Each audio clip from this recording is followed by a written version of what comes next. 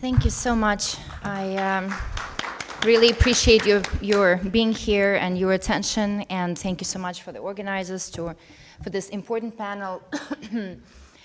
Just a little bit about myself. I've been an information professional for over 20 years. I started in the international development, working for the USAID projects and World Bank Group in Ukraine. And then I transitioned into global media, working for Voice of America, worked in programs that were funded by Defense Advanced Research Project Agency in cybersecurity research.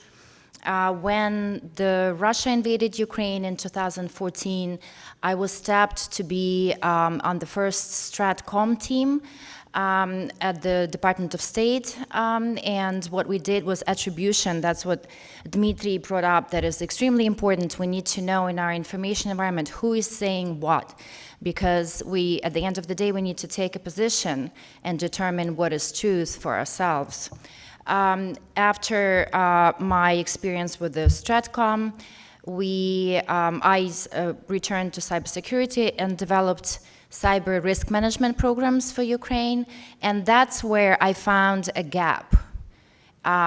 Cognitive security. We kept running into the cybersecurity paradox, where we saw that no matter how much money we invest in technology, it doesn't equate to the improvement in the information security posture. So basically it's a race, as Dmitry said, and that's a really deep look into the problem. Whenever there is a solution, technological solution, somebody's countering it. And so we're in this race where we really need to look into our internal resources, and that's where I started thinking about the cognitive side of things. And I did 2 research projects for the US Fulbright Scholar Program, focused on cognitive security models and how they could be infused into the cybersecurity infrastructure, because cognitive security is the human or soft end of cybersecurity.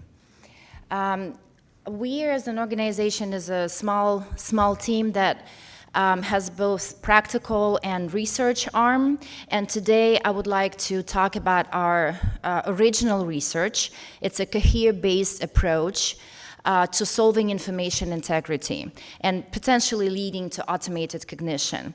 But before that, I would like to tell you a little bit about the context in which we operate, because we need to have enough context in order to determine what's true, what's not true.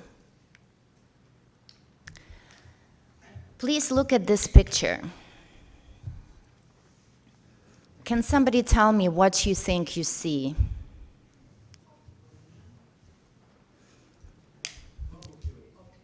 Illusion, yeah.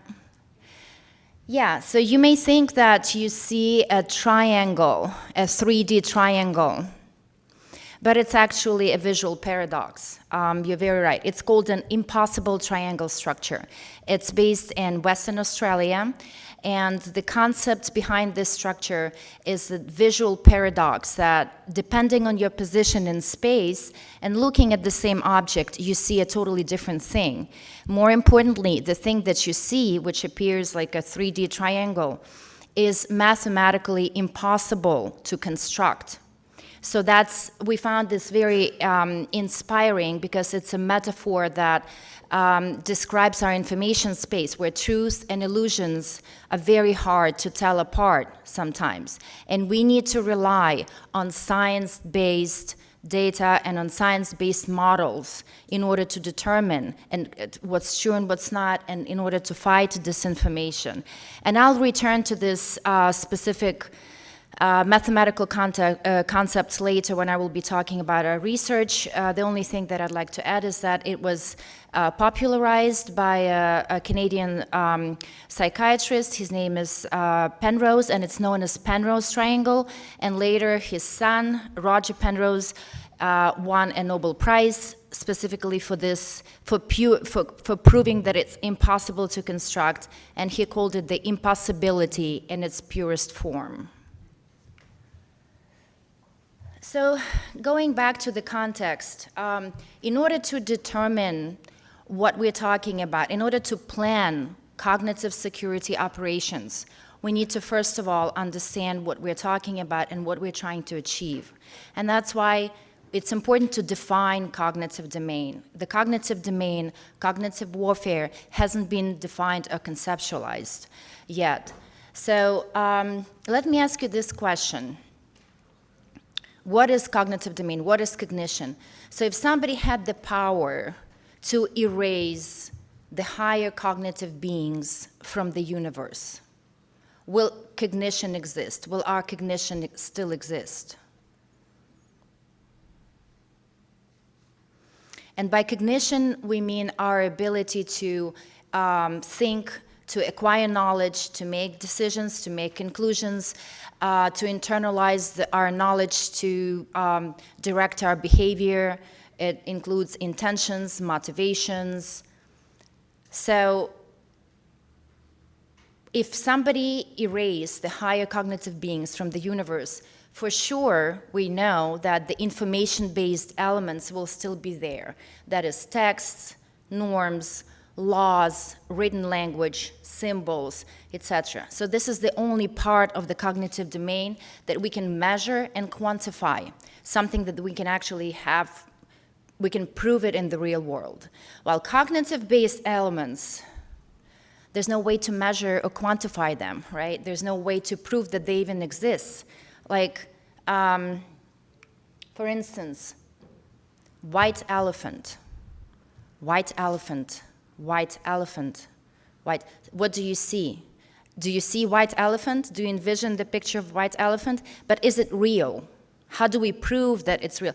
Can you give me something specific so I can count how many elephants you envisioned in the room, right? Or how big they were? Or I can only trust you and your self-reported experiences, but we cannot measure and quantify it. But it's very hard in cognitive security operations, because we need to accept that those beliefs of our adversaries are real. And as Dmytro very correctly pointed, and other speakers, we, like on the defense side, we have to keep up and keep up and keep up, and we're always behind. So we need to think strategically about the offense side and plan the cognitive security operations that will defeat our enemy, right, our adversaries. So we need to understand their beliefs. For example, I'm going back to the slide and ask you to look at the functionally real beliefs, right? What are those? How do we do that? One example, there was a battle of Peronesia 500 years before our era when Persians annexed Egypt. What did they do? They brought cats to the battlefield. And Egyptians believed that a cat is a sacred animal that could never be hurt or never be harmed. Cats were gods. And so when Egyptians saw Persians and saw the cats on the battlefield, their beliefs were internalized so deeply that they stopped fighting because they couldn't harm a cat. And so the Peronesians won the battle, the Persians won the Battle of Peronesia and annexed Egypt. So when we talk about our adversaries and planning our cognitive security operations on the offense side, we always need to believe that our adversaries' beliefs are real, although we cannot quantify them, we cannot measure them, and so information.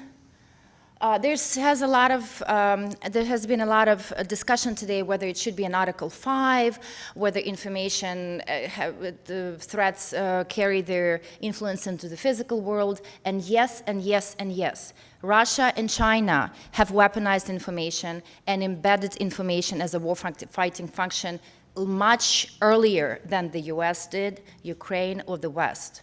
So we have to face it. The Russian information law was passed in 2010, so Russian information agencies like Internet Research Agency and other, they get funding long-term and a lot of it. So the Gerasimov Doctrine, dated 2013, specifically stated that military means can be achieved with military goals can be achieved with non-military means.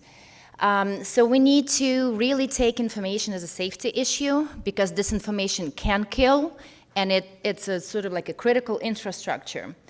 And the proof of that was the NATO StratCom experiment that was done in 2017, where NATO manipulated the social media posts and information, and that they made it was a training exercise, not the real battlefield, but they made their soldiers leave positions.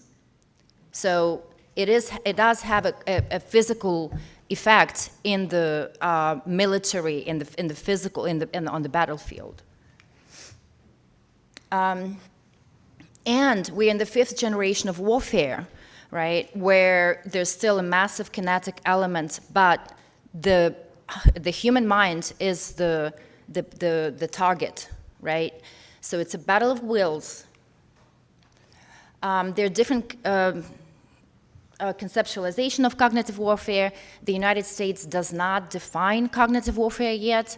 NATO is expected to include cognitive warfare into its doctrine this fall. But there's some, I included this for the context, the definition of cognitive warfare. So some scholars consider it a subject of hybrid warfare that's linked to non-kinetic warfare and cyber and info warfare, but it focuses on cognitive effects. So it's something that affects our mind and leads to us changing our behavior. There's differentiation from information warfare, and that's very important.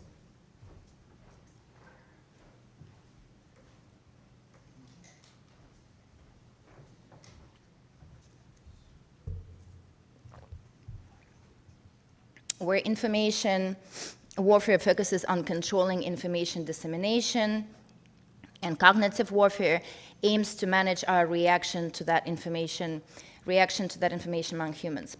So I'm going to leave you with this material, and you can look at the slides later. There are other definitions, there are harm dimensions, etc. I ask you to check our topic collection that is called Disinformation Countermeasures and AI. There's an interesting article published by my colleagues at the University of Munich about this topic of cognitive warfare. So those of you who are interested, you can look further and research the context in which we operate. The key trends of the cognitive landscapes, I'll just be very quick with that. First of all is technological ascendancy. Many of you probably followed what General Zaluzhny has been saying and publishing, that we're in the technological, who wins the war? The one who has more and best technology wins the war.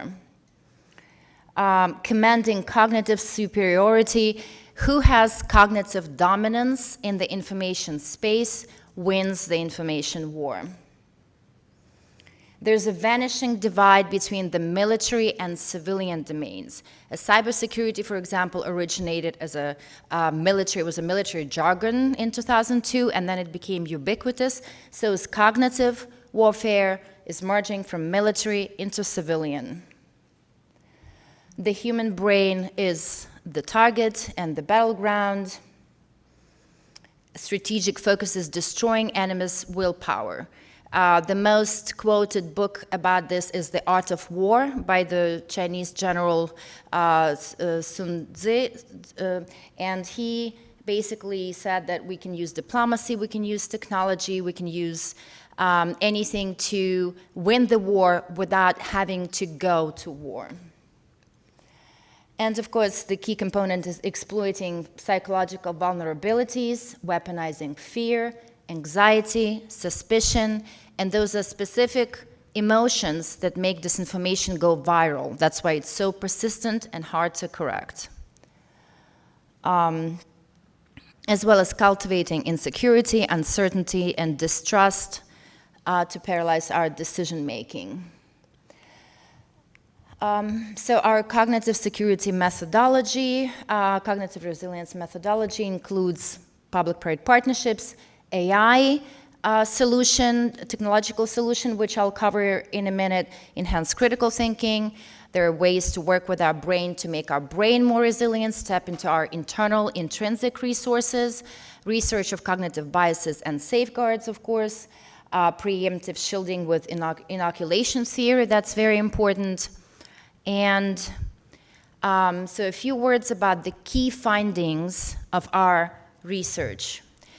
If you look at the middle 3 pictures and use your imagination. So these are the 3 elements, right? Imagine these are data structures. Can you put these 3 pieces together? And if you put them together, it's going back to that Penrose triangle. How will it look? Will it look like this picture? Or will it look like picture on the other side? Is it possible to put these 3 elements and make it like the picture on the right? The quick answer is that it's not possible. So the idea behind our approach is that we can use LLMs to group the local data into global data structure that could be reasoned over, that we could use some sort of algorithmic computation of, and arrive to the conclusion whether this data is coherent or incoherent. And that's all science-based because this, if the data appear that it looks something like that on the right, it's incoherent. It's not possible. So science tells us that this is not true. So our hypothesis is twofold, that LLMs can accurately compile local information into natural data structures, and that this efficient computation can lead to useful forms of machine cognition. We started with the motivating application in disinformation. This work is published, and there'll be a reference at the end, so you can look at the paper and learn more about the approach. So this is how we do it. As you see, we use the propositional pairs of logical consistency of claims. We add different ask LLMs to add some weights. Positive weight is in blue, negative weight is in red.